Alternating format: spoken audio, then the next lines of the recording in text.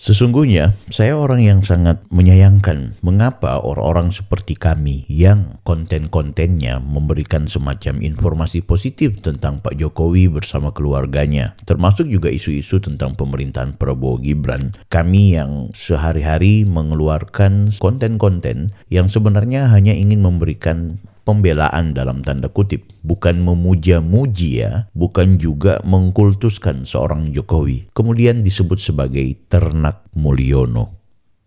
Kita bahas.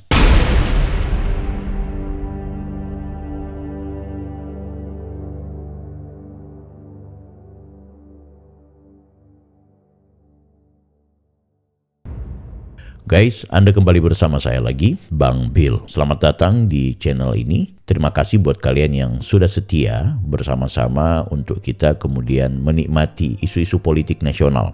Video-video saya memang sebelumnya adalah video campuran dan belakangan saya memilih untuk fokus membahas soal isu politik. Kenapa saya tertarik dengan isu politik? Secara kebetulan, saya adalah mantan anggota Bawaslu. Sebelumnya juga saya aktif sebagai dosen dan saya pernah menjadi kepala sekolah SMA. Sehingga itu ketertarikan saya dengan isu-isu politik itu sangat menarik. Sebab belakangan juga di pemilu 2024, saya ikut terlibat menjadi salah seorang calon anggota legislatif.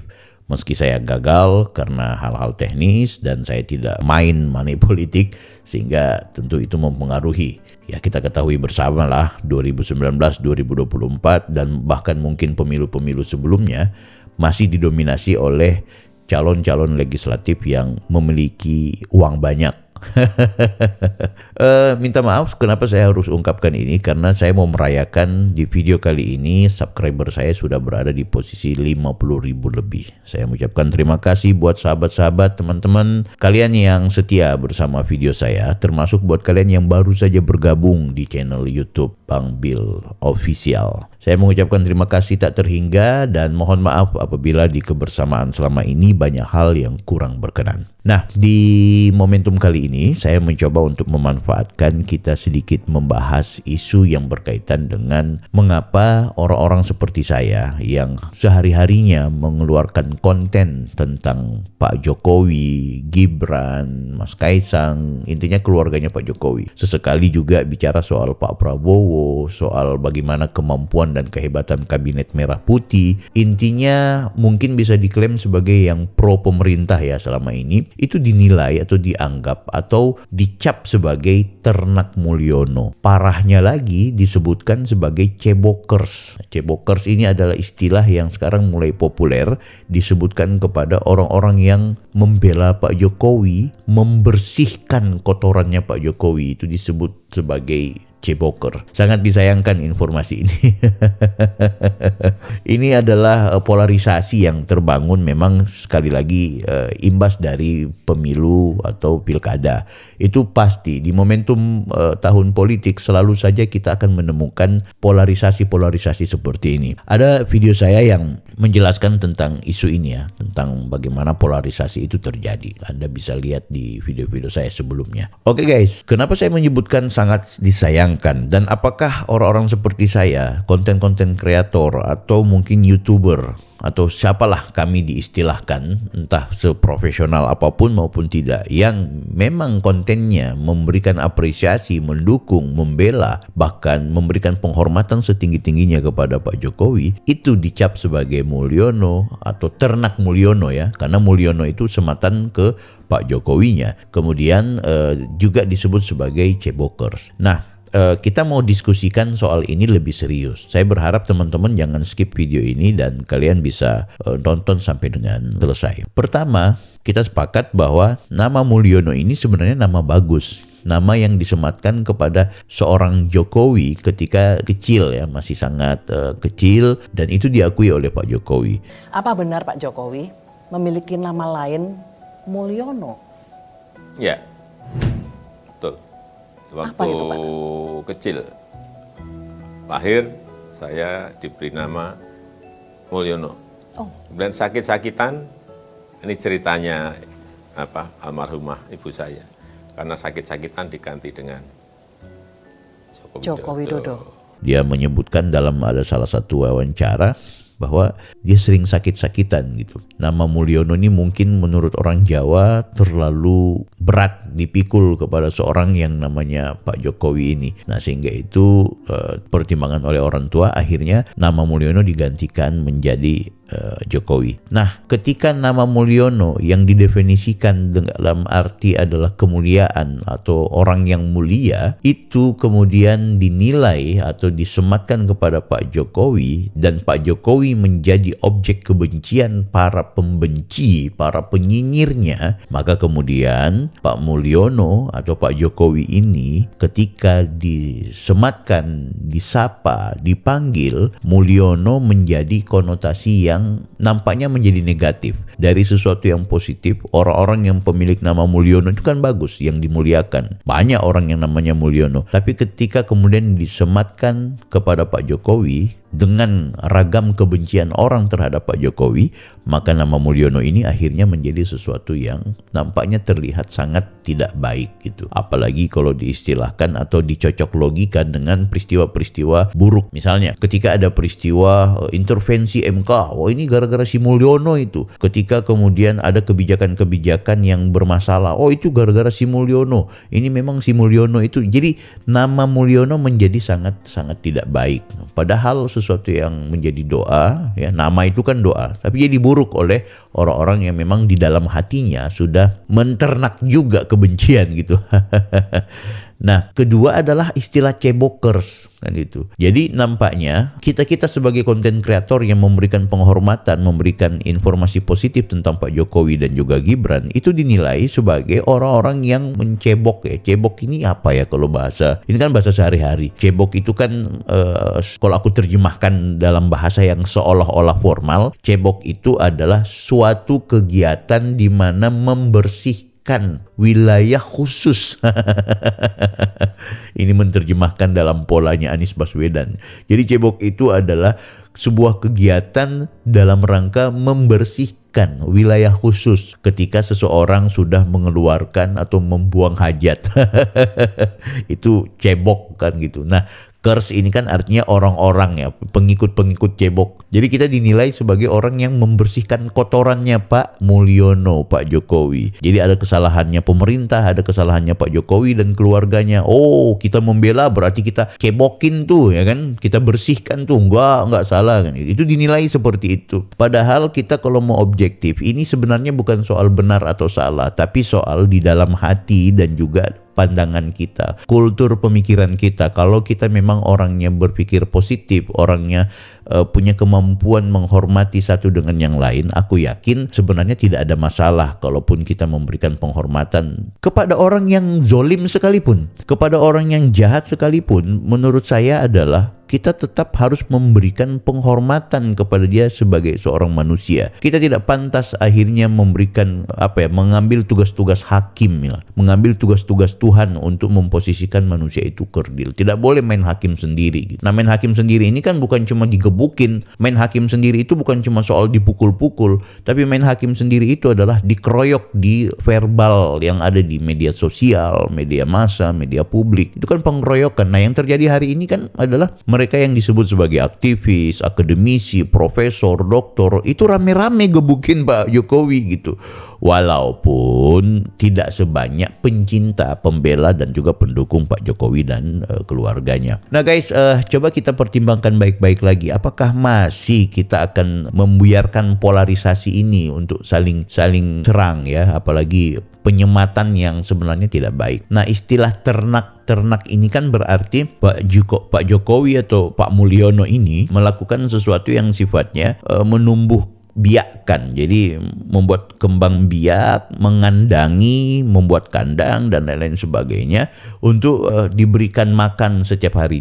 Ternak itu kan berarti dirawat gitu. Setelah dirawat kemudian diberikan sesuatu untuk silahkan dia bertumbuh. Nah, berarti orang-orang yang disebut sebagai ternak Mulyono itu adalah orang-orang yang diasupi gizi oleh Pak Jokowi untuk kemudian terus membela, terus membersihkan kesalahan-kesalahannya di ruang ruang publik. Nah, itu kan tafsirnya demikian akhirnya. Nah, padahal hampir kebanyakan orang-orang YouTuber seperti saya dan teman-teman, tentu mereka-mereka juga, termasuk Anda yang mungkin punya YouTube atau minimal pernah membuat postingan yang memberikan apresiasi kepada Pak Jokowi atau berkomentar lah di setiap konten-konten yang diberikan oleh orang-orang seperti kami. Sebenarnya kita nggak pernah ketemu dengan Pak Jokowi, tidak pernah kemudian mendapatkan hadiah dari Pak Jokowi, tidak digaji Pak Jokowi, ya kan? Nah, walaupun orang-orang seperti ini kalau memang dia mau diistilahkan itu disebut sebagai buzzer, ya. Buzzer itu kan artinya orang yang membuat serangan kepada pihak tertentu yang dirawat oleh pihak yang lain, tapi itu memang dibayar gitu guys. Dan buzzer itu tidak ideologis kepada majikannya. Buzzer itu profesional hari ini dan itu biasanya muncul di momentum politik. Jadi tahun-tahun politik itu buzzer itu biasanya mereka dibayar. Jadi dan mereka bertugas kepada siapa aja yang bayar gitu. Kalau misalnya Pak Jokowi membayar buzzer gitu, kalian apa? Nah, buzzer itu dia tidak akan ideologis. Besok dia pasti akan pergi ke PDI kalau memang ada bayaran yang lebih bagus. Kalau hari ini mungkin Pak Jokowi membayar buzzer, hey Gibran membayar buzzer, tolong informasikan yang positif-positif tentang saya ya. Kemudian kalau ada yang membuat informasi negatif kalian sanggah dan lain-lain sebagainya. Ketika buzzer ini dibayar, nah di momentum berikutnya buzzer ini diundang atau dipanggil oleh lawannya Mas Gibran, katakanlah Megawati dan kawan-kawan, Adian Napitupulu, Deddy Sitorus, Guntur Romli. Mereka bayar buzzer itu dengan angka yang lebih mahal atau lebih besar daripada Gibran. Buzzer itu akan berpindah. Itu buzzer. Jadi mereka tidak punya satu kekuatan ikatan emosional, melainkan profesionalitas.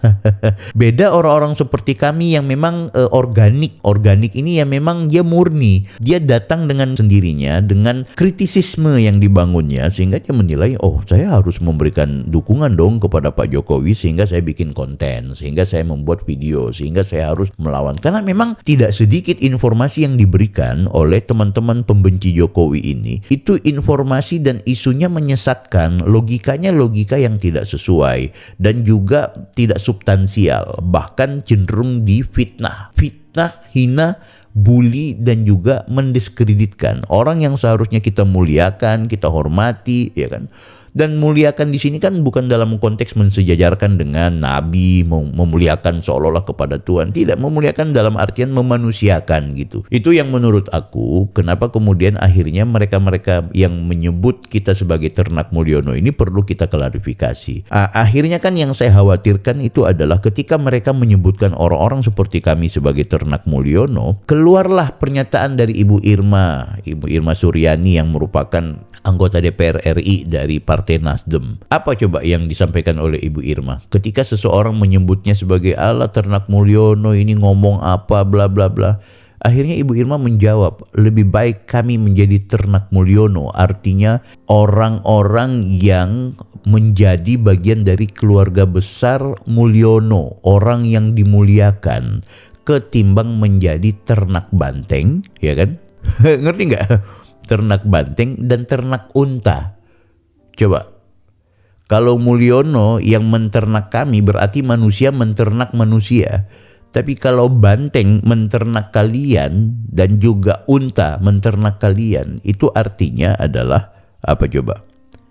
Hewan, bahkan bahasa kasarnya Ibu Irma dia bilang binatang yang menternak manusia. Kan coba gitu. Ini si Irma Suryani ini ternaknya Mulyono. Iya. Saya bilang, saya jawabnya santai aja bang. Alhamdulillah masih anaknya manusia. Mulyono kan manusia. Daripada anak onta dengan anak banteng. Ya kan?